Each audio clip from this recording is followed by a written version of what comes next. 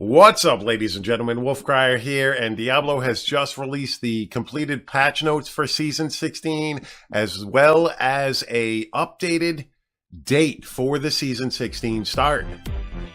So let's... Hold on a second, hold on.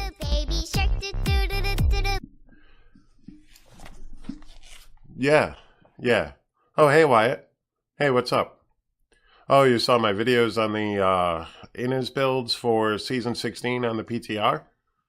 Yeah, I was really enjoying it. It was pretty cool how you could do multiple builds and that sort of thing and make it viable for endgame content in D3. It was really...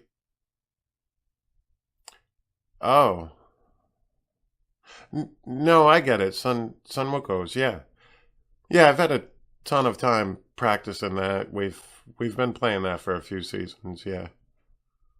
Oh, no, I understand. You don't want to get people too used to playing too many different builds and being able to do the same content as Sun Wukos. Alrighty. Yeah, I get it.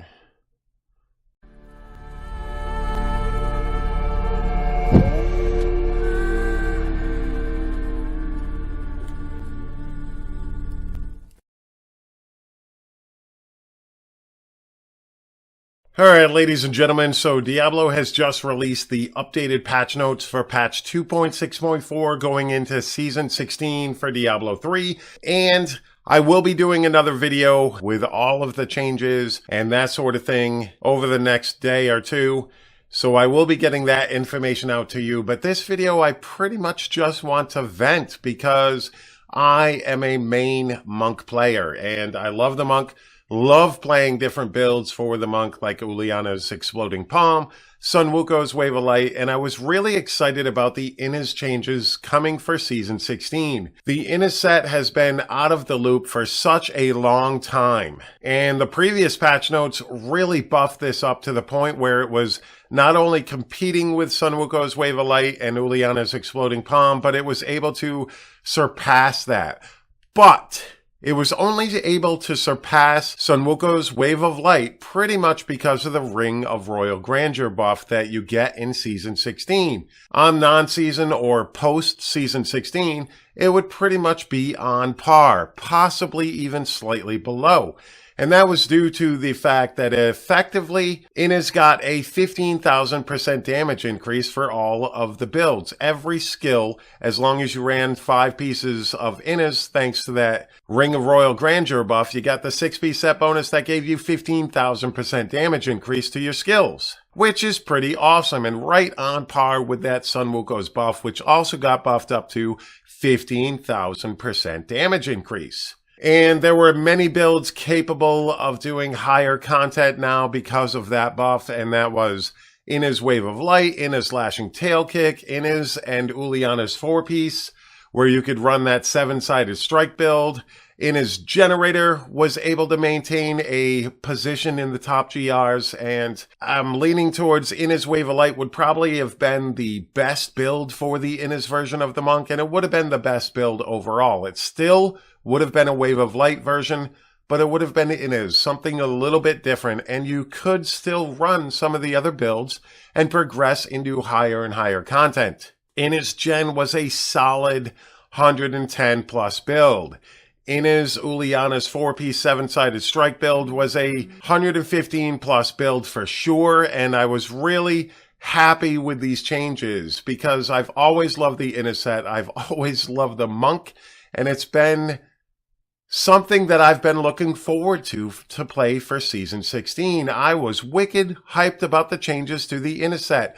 But now, with this patch, they have nerfed that to 7,500%, effectively dropping 5 to 10 GRs off of every single build that was able to be produced with this set. And to me, that just really bothers me because it wasn't so far out of line that it was taking over everything. And technically, who cares if it did? It's been 6 seasons of Sun Wukos Wave of Light. That doesn't bother anybody. But the second Innis becomes too far advanced and surpasses Sun Wuko's Wave of Light, all of a sudden there's a problem. There hasn't been a problem for 5 or 6 seasons, but now because it's a different build and you were able to make different builds work off of that set, now it's a problem. And to me, that royally kills my hype for Season 16. Most likely I will be playing a little bit because I still enjoy Diablo 3, but this sort of stuff really makes that a bit harder. Because this was something I was looking forward to. All those PTR build guides that I've done, they are pretty much nullified by this development in the patch for 2.6.4. And that is quite annoying because for the first time in a while, I was ridiculously hyped for a season. And it's thanks to this Ring of Royal Grandeur buff and the changes to Innas that I was so hyped, looking forward to the season, which now starts on January 18th instead of the 11th. So I don't know what's going on there exactly. But me personally, it's kind of like Blizzard turned around, watched some of my videos and said, damn, this dude's having fun. Better squash that. And to me, that kind of gets to me a little bit. I love Diablo. I love Blizzard and I love playing this game, but I want something different. You know, I don't want to play Sun Wuko's again. So if I do play Season 16, obviously my only other choice now is Uliana's Exploding Palm, which you can't bring into a group because it lags the entire server down, at least in high-level GRs. So it's looking like I can solo with Uliana's and then run a ZDPS monk or run an entirely different class for group play, because even GR 105s, 110s, an Uliana's monk just lags my computer to shit. And that bothers me because I was able to bring in that Gen monk if I wanted to, you know, and it's disheartening when you are stuck playing the same class, same build for 6 seasons. Something finally passes that, and oops, we made a mistake. It just doesn't make sense. It's not like this build was doing GR 135, and there are definitely some stuff in there for other classes that are going to make 130s possible, and that stuff got left in. But Innis got pretty much crushed by this update, and I am royally not happy because I do main monk. I also play a little bit of wizard, and I love the Tel Rasha set, and that one got nerfed to shit as well.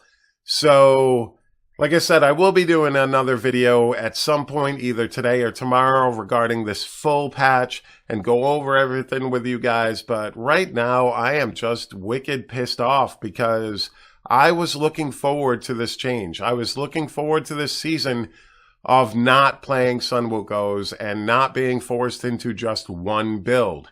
So now with the buffs, it's looking like Sun Wuko's Wave of Light with that focus and restraint version is going to be pretty beast. And Uliana's Exploding Palm is a good backup plan for that as well. But Innis has been crushed.